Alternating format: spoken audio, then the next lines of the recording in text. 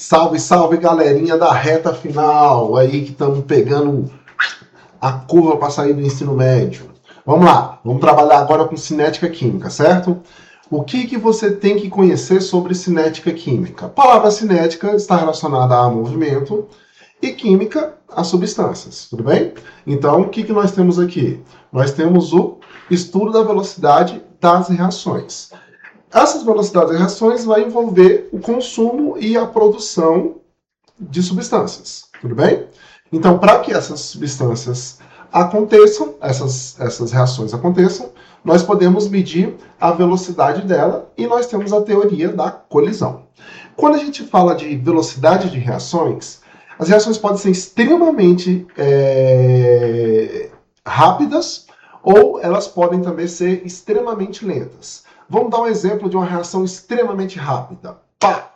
Fogo. Cara, é muito rápido. É muito rápido mesmo a reação que acontece ali na localidade, na região de onde está pegando fogo.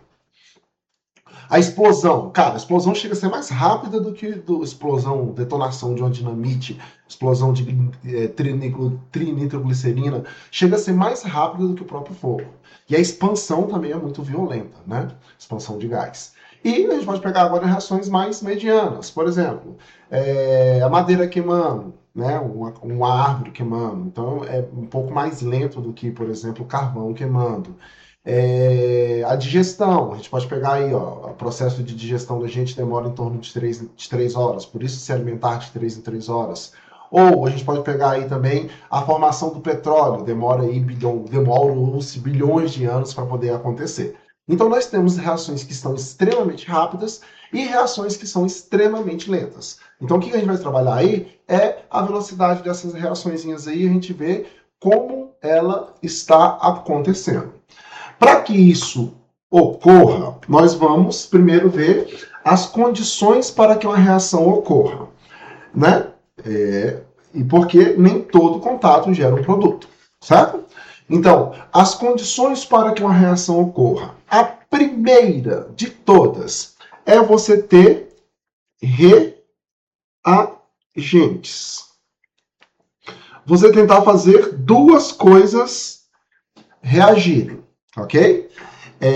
Pode ser que aconteça? Pode. Pode ser que não aconteça? Pode. Aí a gente entra no quesito de ter ou não afinidade. Quando é que a gente pega um exemplo de ter ou não afinidade? A gente pode pegar aqui, por exemplo, óleo mais água. São substâncias que têm afinidade? Não. Então essas substâncias não vão o quê? Não vão reagir. Não rola reação química entre elas. Agora, por exemplo, eu posso pegar um gás e reagir com o gás, um gás de cozinha. Posso pegar o gás de cozinha. Vamos colocar aqui, ó, GLP. GLP. E fazer ele reagir com gás o quê? Oxigênio. Rola. Rola de acontecer essa reação? Rola. É possível dela acontecer. Por quê? Porque o oxigênio tem espontaneidade de reação com os hidrocarbonetos presentes dentro do gás. Então, isso daí é a primeira coisa que nós devemos ter. Nós devemos ter necessariamente reagentes, e esses reagentes têm que ter uma afinidade, ou seja, uma capacidade de quebrar e formar ligações de forma espontânea. Tudo bem? Só que se a gente pega aqui, ó, vamos pegar o nosso exemplozinho aqui. Se eu pegar o nosso exemplo aqui, ó, eu tenho um botijão de gás. Ó, o botijãozinho de gás ali. Nós temos o botijão de gás. E ele tá aqui, ó, GLP. E ele tá com a nossa válvula fechada. Certo? Vai rolar reação com o nosso oxigênio? Não. Não vai rolar reação com o nosso oxigênio. Por quê? Porque eles não estão no que nós chamamos de contato. Então não vai rolar reação porque as substâncias não estão fisicamente em contato. Então o que nós vamos ter que fazer com o nosso botijãozinho? Nós vamos ter que abrir a válvula dele. Na hora que nós abrirmos a válvula dele, começa a sair o quê? O GLP lá de dentro. Certo? E esse GLP vai entrar em contato com o quê? Com o gás o quê? Com o gás oxigênio. Agora sim, nós temos a primeira, as duas, podemos dizer que as três primeiras condições para que a reação possa acontecer. O que nós temos aqui nesse sistema? Nós temos o metano, vamos colocar como metano, gás natural. Nós temos o metano, e esse metano está em contato com o gás o quê? Oxigênio. Então são duas substâncias que têm afinidade entre elas e estão sofrendo colisões. As moléculas estão se degladiando aqui. Então, a partir daí, a gente pode ir para o próximo passo, que é ver quais são as possíveis condições para essa reação acontecer. Então, para que a reação aconteça, as colisões têm que ser efetivas e favoráveis. E que resulte na reação, ou seja, que tenha capacidade de bater, quebrar as ligações que estavam formadas e formar novas ligações. Só que isso vai acontecer quando eu tiver uma geometria favorável, ou seja, as moléculas estão perfeitamente encaixadas, tá? E aí eu vou mostrar para você algumas condições. Por exemplo, a moléculazinha aí indo em direção à outra, tudo bem? E aí eu tenho uma colisão. E tem um detalhezinho, essa colisão tem que ser com um nível de energia suficiente para que possa quebrar as ligações, que estavam existentes aqui, aqui e aqui, tudo bem? E que possa formar novas ligações. Então, se eu continuar, o que eu vou ver? Olha lá, a moléculazinha começou a se afastar e nada aconteceu. Então, a minha molécula A colidiu com a minha molécula B e ela continuou sendo a minha molécula A e a minha molécula B. Por quê? Os dois vermelhinhos se bateram ali. Então, não tinha uma orientação eficaz. Então, esse aqui se chama colisão, é uma colisão não eficaz. E lembrando que para que isso também ocorra, tem que ter uma energia mínima para que as moléculas ocorram, para que quebre as ligações. Essa energia é chamada energia de ativação, que é a energia mínima para você romper as ligações existentes e poder formar as novas ligações.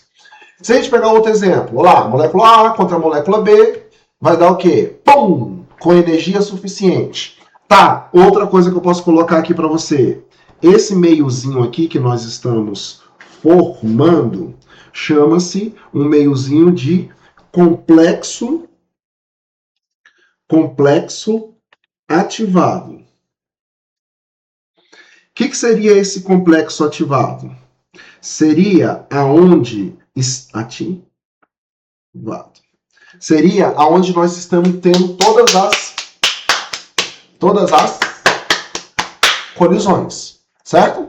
Por exemplo, se eu falo, bate palma aí, você vai bater palma assim? Você vai bater palma assim? Você vai bater palma assim? Ou você vai bater palma assim?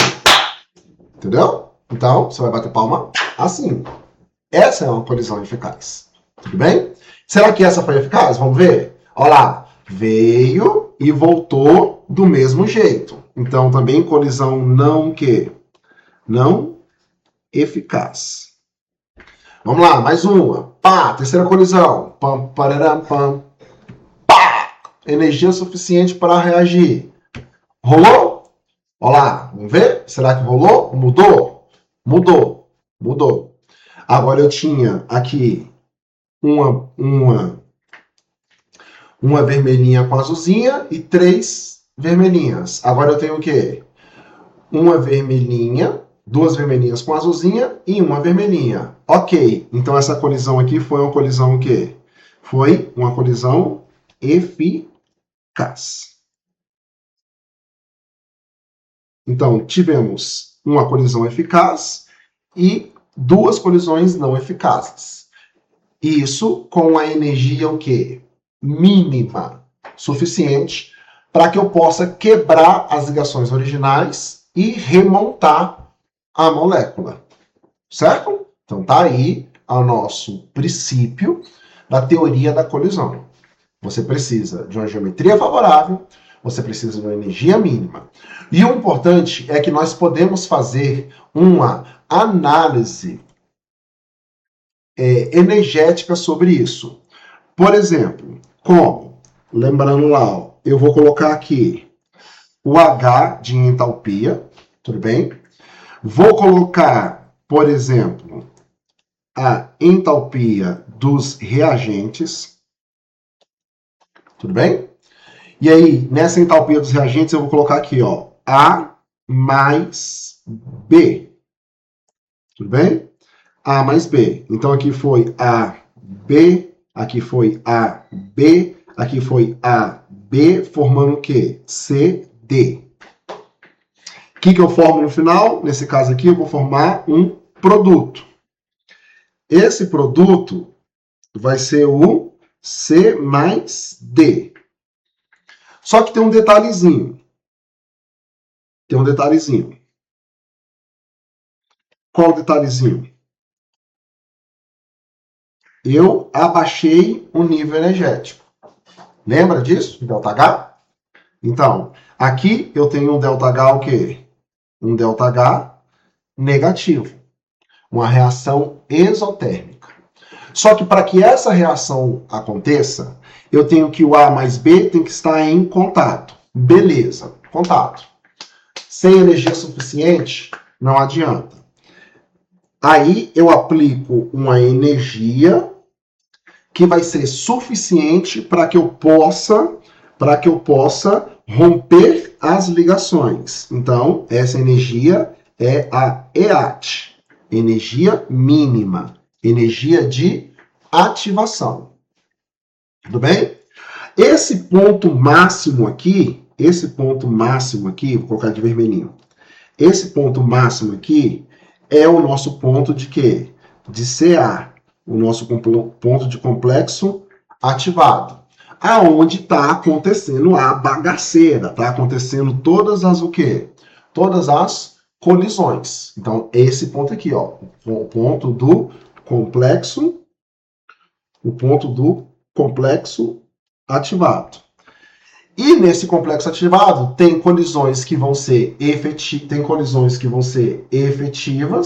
colisões que não ser efetivas e colisões que vão ser efetivas. Certo? As que não são efetivas continuam colidindo.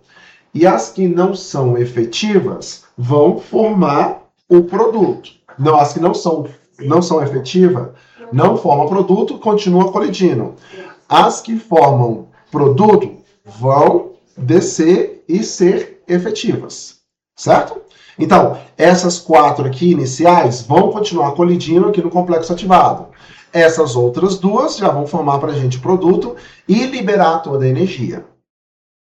E detalhe, aí o que nós chamamos de caminho da reação. Caminho da reação. Tudo bem? Aqui eu costumo falar Cristiano Ronaldo. Aproveitando que é o último ano de Copa dele, Cristiano Ronaldo aí. Beleza? Consegui dar essa aula por 12 anos. Agora vou ter que arrumar outro CR. Tudo bem? Tá aí, então. Só que, para eu finalizar contigo, existe uma energia sendo fornecida para romper as ligações e existe uma energia liberada ao romper as ligações. Então, eu libero mais do que absorvo. Exotérmico. Eu absorvo mais do que eu libero. Endotérmico. Isso caracteriza os processos endo e exotérmicos aí. Beleza? Então tá aí a nossa teoria de colisão, ok? E ela funciona desse jeitinho aí, com essa leitura gráfica. Feito isso, a gente parte para poder a parte matemática da brincadeira. Qual é a parte matemática da brincadeira? É a gente calcular o quanto está sendo consumido e produzido durante um certo tempo da reação. Para isso, nós temos o conceito de velocidade. Qual é o conceito de velocidade? Cinética química estuda a variação da concentração pelo transcorrer do tempo. Então, a velocidade vai ser dada pela variação da concentração pelo transcorrer do tempo. Então, delta concentração sobre delta T. Por que em módulo? Porque a gente acaba dando uma velocidade positiva. Mas se for para reagente, vai dar negativa, e se for para produto, vai dar positiva. Por quê? Porque se a velocidade média dá negativa, você tem consumo. Você tem consumo. Se a velocidade média dá positiva, você tem fabricação. Então, a fabricação é para as reações quando você está produzindo, e a negativa quando você está consumindo. Só que se a gente colocar o treco em módulo, aí game over, né? Fica todo mundo um número inteiro natural. As unidades podem ser o seguinte: mols por litro segundos, mols por litro minutos, gramas por segundo ou litros por segundo. Só que litros por segundo, basicamente, quando a gente está trabalhando com gases, ok? Então, vamos lá. Eu tenho aí uma reaçãozinha A formando B. E nós temos o tempo medido dessa reação. Lembrando o seguinte, que a estequiometria aqui, ó, é 1 para 1. Então, significa que para cada 1 consumido, é 1 produzido. Certo? Então, no tempo, né, temos aqui, ó, temos aqui, no tempo zero,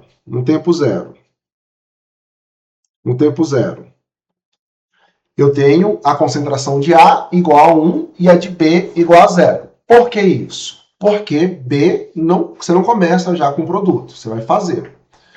E aí o A começa a se agitar lá e se transforma em quê? Em B.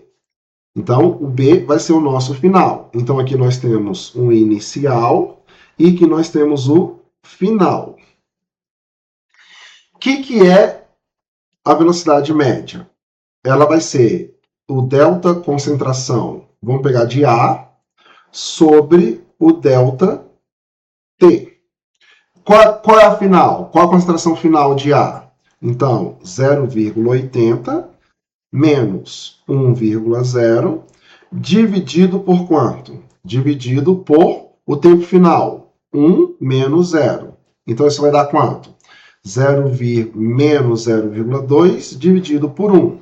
Então, isso vai dar menos 0,2 mols litros por minuto, que é a nossa unidade de tempo ali. Beleza? Essa foi a velocidade média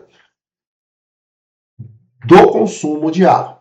Agora, a velocidade média pro B. Então, delta B sobre delta T vai dar para a gente o quê?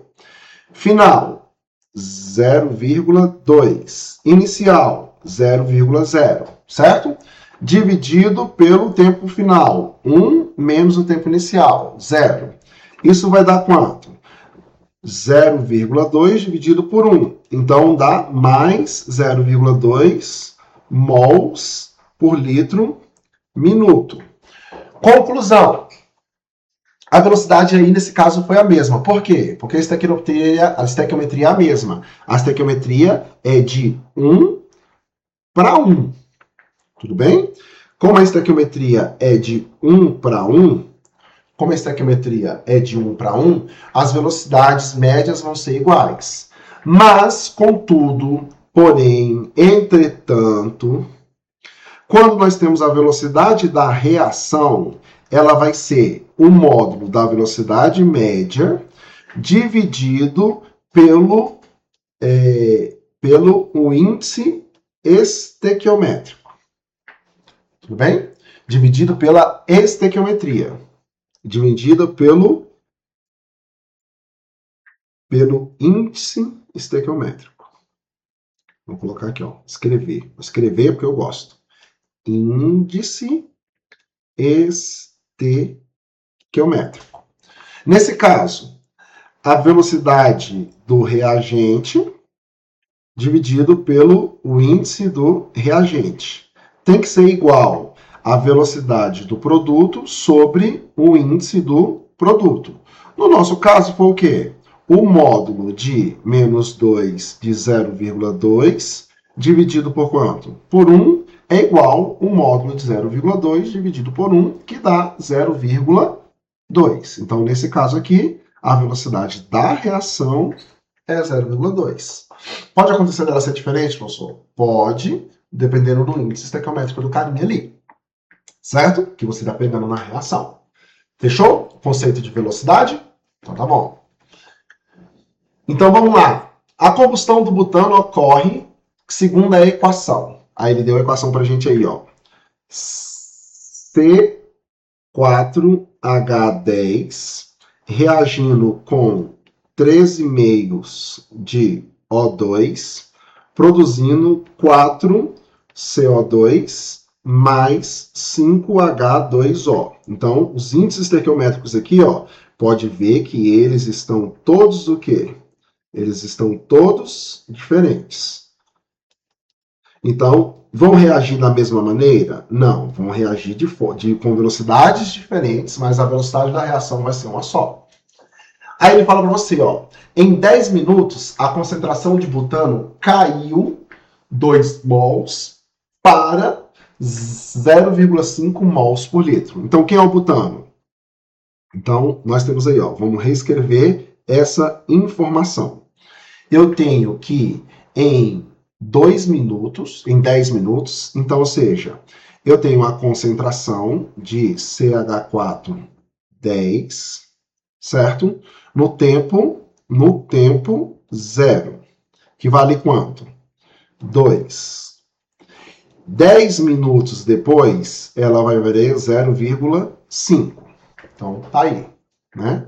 Tá aí a nossa interpretação puxando dentro de uma tabela. Lembrando que minutos e aqui mols por quê? Por litro. Beleza? O que vai acontecer? Ele quer a velocidade de consumo do butano e a velocidade média de formação do CO2. Cara, se a gente for pensar em estequiometria, é 1 para quanto? Para 4. Então, nós temos que o butano está queimando e a ponte estequiométrica que a gente pode colocar aí é a proporção de 1 para 4. Ou seja, a velocidade do CO2 vai ser 4 vezes maior que a velocidade de quem? Do butano. Porque é 1 para 4. Mas vamos ver isso acontecendo na prática. Qual é a concentração do CO2 aqui, no início? 0. Quanto de CO2 eu tenho 10 minutos depois? Pensa comigo. É 1 para 4, certo? Se foram meio mol, 1,5 mol de butano consumido, 1,5 mols consumido, aqui vai ser produzido quantos? X. Então, é 1 vezes X, multiplicando aqui, ó, 1 vezes X e 4 vezes 1,5. Então, X vai dar o quê? Vai dar 6 mols de CO2. Então, eu tenho 6 mols de CO2. Eu posso fazer o cálculo só do butano. Então, vamos lá. Butano. Como é que a gente vai calcular o butano aí? A velocidade do reagente butano é igual à concentração final, 0,5. Concentração inicial, 2. certo? Dividido por quem? Dividido por tempo final, 10 menos 0. Então, a velocidade desse nosso reagente, que é o butano, vai ser de menos 1,5 dividido por 10. Então, eu tenho que a velocidade desse reagente, que é o butano, é de quanto? De menos 0,15 mols por litro segundo. Beleza? Então tá aí. Tá aí pra gente a do butano. Ah, pessoal, faz a do CO2. Então, vamos à velocidade do CO2. Vamos lá. Como é que funciona a velocidade do CO2? Final, 6, certo? Inicial, 0. Tempo final, 10. Inicial, 0. Velocidade do CO2 vai ser quanto? 6 menos 0 dividido por 10 menos 0. Então, vai dar 6 por 10, certo? Então, a velocidade do CO2 vai ser de 0,6 mols por litro segundo. Mols por litro segundo.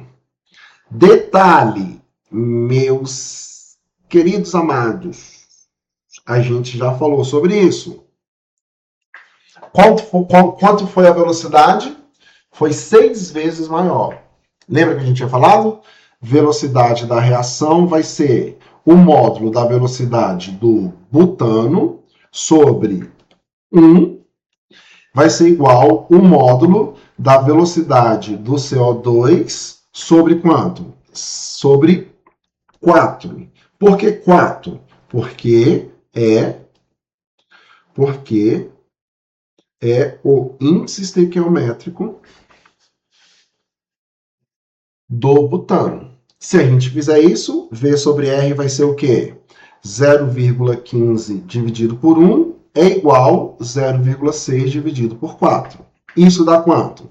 0,15 mols por litro segundos. Exatamente a mesma para as duas. Mas depende aí do índice estequiométrico. Ok?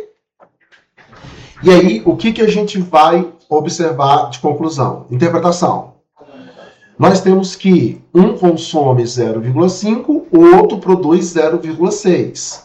Ou seja, a cada minuto que consome 0,15 de butano, desaparece 0,6 mols por litro de 2 aparece. Nós temos uma proporção aí de 1 para 4.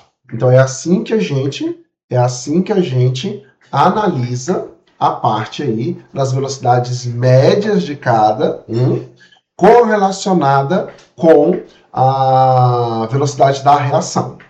Beleza? Então, tá bom. Vamos lá. O gráfico de concentração versus tempo. A concentração dos reagentes diminui e a concentração dos produtos aumenta.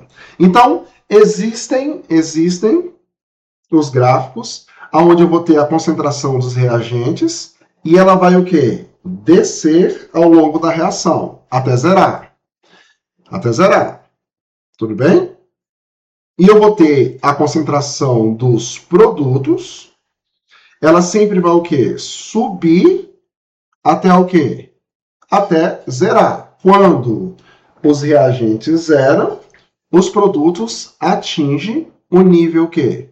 A concentração do nível máximo. Então, esse é o gráfico aí que a gente vê de concentração versus tempo. Tudo bem? Então, cuidado. Esse gráficozinho aí trabalha exclusivamente com a concentração ao transcorrer do tempo. Beleza? E vamos lá fazer um exercíciozinho só para a gente, né, sacramentar a brincadeira aí. Olha lá. O gás metano produzido por vacas é usado para abastecer veículos. Cientistas argentinos desenvolveram a tecnologia para aproveitar o gás metano gerado pelos bovinos, que contribui para o efeito estufa na atmosfera do planeta. Pesquisadores, pesquisando o gás metano, o grupo de estudo realizou em laboratório uma combustão e coletou os seguintes dados. Cara, se for uma combustão, lembra lá, reações de combustão. eu tenho que o metano vai reagir com o gás oxigênio e vai produzir para mim CO2 mais água. Balanceando 1 para 1, não preciso mexer com os outros. Por quê? Porque estou trabalhando com metano e butano.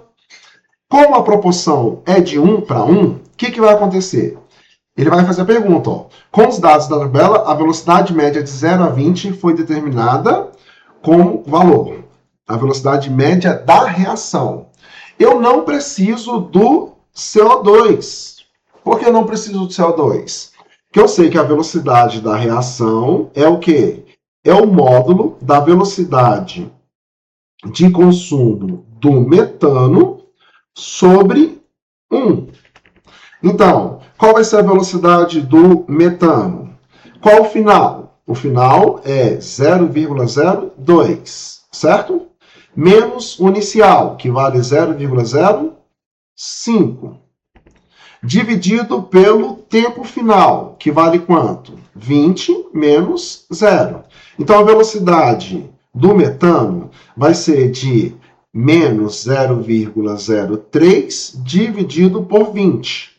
Então, a velocidade do metano vai me dar quanto? Vai me dar 0,0015 mols por quê?